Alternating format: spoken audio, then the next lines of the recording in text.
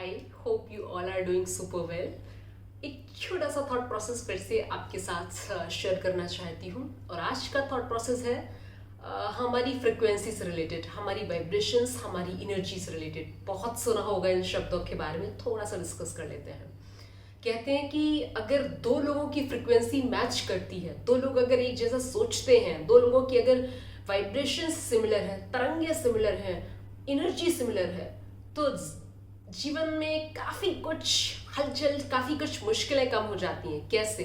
अगर दो लोगों की फ्रिक्वेंसी सेम है तो आप थोड़ा सा बोलेंगे, वो इंसान ज्यादा समझेगा। आप चंक्स में इंफॉर्मेशन देंगे, वो डिटेल में समझ जाएगा। अगर फ्रिक्वेंसी सेम है तब दो लोग का थॉट प्रोसेस सेम हो जाएगा, दो लोगों का सोचने का जो नजरिया है वो एकदम सेम हो जाएगा। अगर दो लोगों की तरंगें सेम है तो इसके विपरीत दिशा में अगर दो लोगों की फ्रिक्वेंसी सेम नहीं है, दो लोगों की एनर्जी मैच नहीं करती, दो लोगों का वाइब्रेशन सेम नहीं है, दो लोग एक दूसरे से रेजोनेट नहीं करते, है ना, तो आप उसे बहुत इंफॉर्मेशन दे देना, डिटेल में पूरा 2 घंटे का कंटेंट दे देना, वो इंसान कंज्यूम तो कर लेगा पर समझ उसे कुछ नहीं आएगा, उसे थोड़ा सा समझ में आएगा।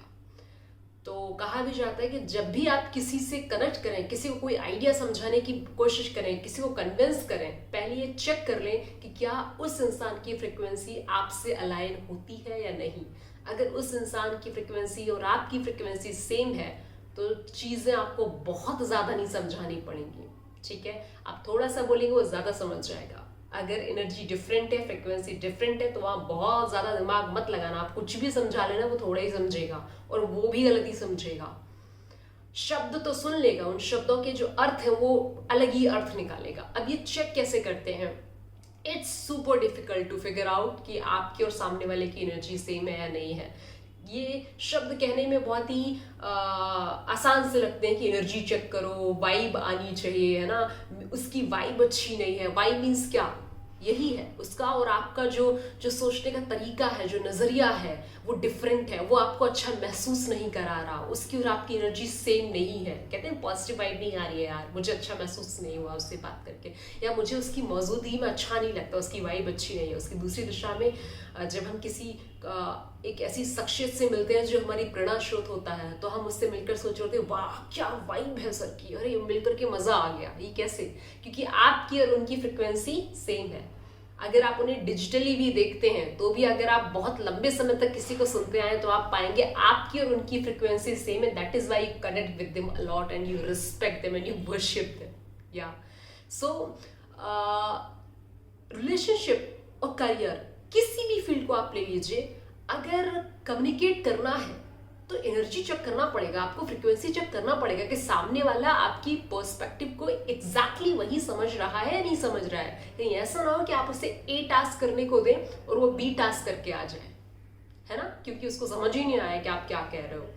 अब देखो, ये फ्रिक्वेंसी का जो गेम है ये थोड़ा सा अलग है। हमें कई बार ऐसा लगता है कि हम जिस इंसान से मोहब्बत करते हैं, हमारे बॉयफ्रेंड, गर्लफ्रेंड या पति पत्नी, कुछ भी हो सकता है, सालों साल से साथ रह रहे हैं एक ही घर में, उनकी और मेरी तरंगें तो सेम ही होंगी, उनका और मेरा सोचने का थॉट प्रोसेस सेम होगा, एनर्जी सेम होगी। ऐसा बिल्कुल भी नहीं होता है।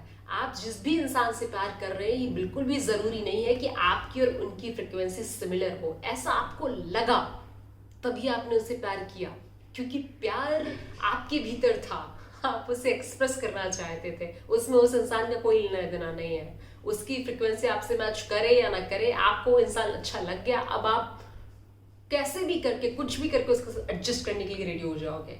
लेकिन ये बिल्कुल भी जरूरी नहीं कि उसकी और आपकी वाइब मैच हो रही हो, एनर्जी मैच हो रही हो। क्यों? क्योंकि अभी आपको एक आदत लग चुकी है उस इंसान की, तो आप सारा कुछ एडजस्ट करने के लिए तैयार हो जाते हो। इवन जो पति पत्नी 30-30, 40-40 साल साथ रहते हैं, वो एक दूसरे को बिल्कुल भी नहीं जानते। क्यों नहीं जानते? एक दूसरे से कनेक्ट कभी नहीं कर पाते प्रॉपरली, उनके बीच कम्युनिकेशन का तगड़ा गैप रहता है। पत्नी कुछ बोल रही, पति कुछ और समझ रहा है, पति कुछ और कह रहा है, पत्नी कुछ और ही समझ रही है। ये क्या है?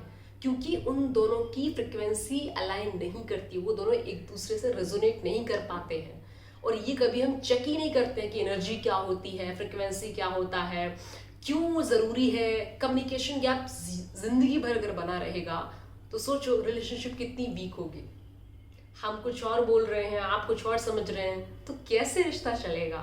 हाँ, एक आदत पड़ गई वो अलग चीज़ है कि आप निभाओगे ही निभाओगे, और कुछ बंधन है तब तो आप निभाओगे। लेकिन एक स्ट्रेंजर के साथ सोचो, अगर आप बिजनेस में ये फ्रिक्वेंसी सही नहीं बैठा पाए और किसी को कोई आइडिया पिच कर रहे हो, किसी को कन्विंस कर रहे हो अपने प्रोडक्ट के लिए, तो अगर आप समझ ही नहीं पाए उस सामने वाले की नीड क्या है, तो आप कैसे उसे कन्विंस करोगे कि आप ये खरीद लो। इट्स सुपर इम्पॉर्टेंट कि पहले ये समझो कि सामने वाला क्या चाह रहा है, कैसी बातें कर रहा है, उसका थॉट प्रोसेस क्या है, उसका नजरिया क्या है। आप जब उसकी पूरी इंफॉर्मेशन को समझ लोगे कि वो कैसा सा है, तब आप थोड़ा सा बोलोगे वो एकदम ज्यादा समझ जाएगा, पूरा ही कन्विंस्ड हो जाएगा, फिर आपको उसको बेचने की जरूरत नहीं पड़ेगी कोई चीज। और कोई दूसरा इंसान जहां पर उसका थॉट प्रोसेस डिफरेंट है, एनर्जी डिफरेंट है, वाइब्रेशंस डिफरेंट है, सब कुछ डिफरेंट है, वहां पर आप पूरी जान लगा देना उसको समझाने की कि ये कितना अच्छा प्रोडक्ट है, इसे खरीदो खरीदो खरीदो, नहीं खरीदेगा क्योंकि वो कन्विंस्ड ही नहीं हुआ है ना। आपने उसको इतना समझाया, उसको इतना समझ में आया, वो भी गलत ही समझ में आया।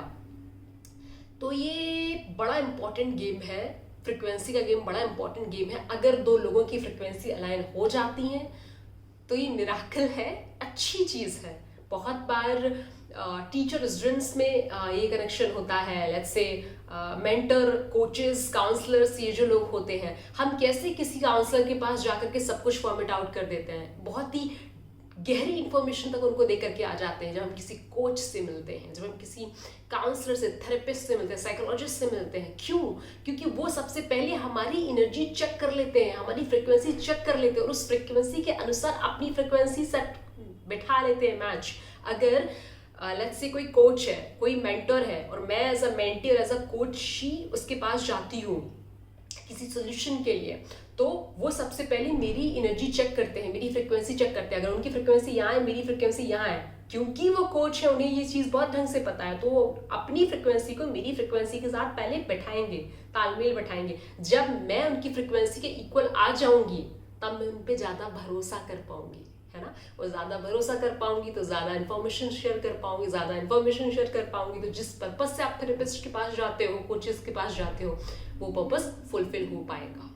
Same with the doctors and clients also.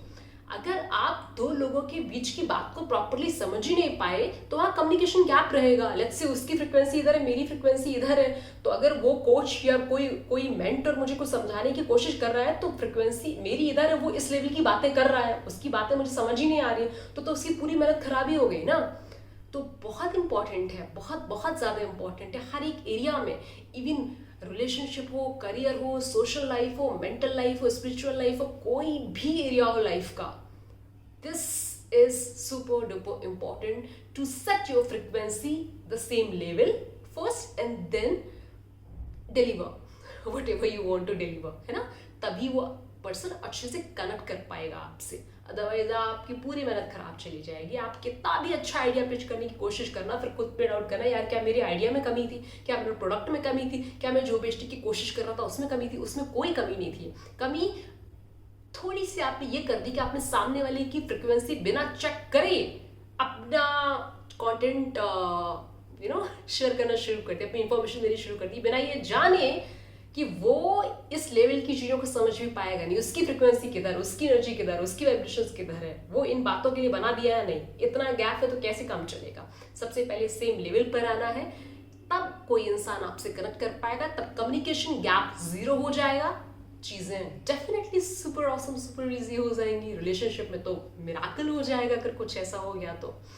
तभी जब हम किसी से बात करते हैं फॉर द मैरिज थिंग, हम सबसे पहले ये चेक करते हैं कि सामने वाले की फ्रिक्वेंसी कैसी है। सामने वाले की फ्रिक्वेंसी, अगर मेरी फ्रिक्वेंसी अगर इधर और उसकी फ्रिक्वेंसी इधर है तो बात बनेगी नहीं, मैं कितनी भी कोशिश कर लूँ। और अगर मैं इसे मैच करने की भी कोशिश कर रही हूँ तो एक लिमिट होती है किसी चीज़ को मैच करने की।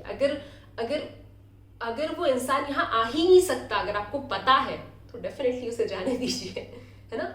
वो उसकी अंडरस्टैंडिंग डिफरेंट है, उसका पर्सपेक्टिव बहुत डिफरेंट है, वो आपकी चीज़ों को समझने की उसकी पार नहीं है। लेट्स से मानसिक विस्तार जिसे कहते हैं, इंटेलेक्ट जिसे कहते हैं, अगर उसका वो इंटेलेक्ट लेवल है ही नहीं तो आप कैसे यहाँ पर बैठाएंगे। जबरदस्ती नहीं बैठाना है फिर, है ना। तभी हम कहते हैं यार मुझे अच्छा महसूस नहीं हुआ, उसकी वाइब अच्छी नहीं है, वाइब आनी चाहिए, पॉजिटिव वाइब, नेगेटिव वाइब।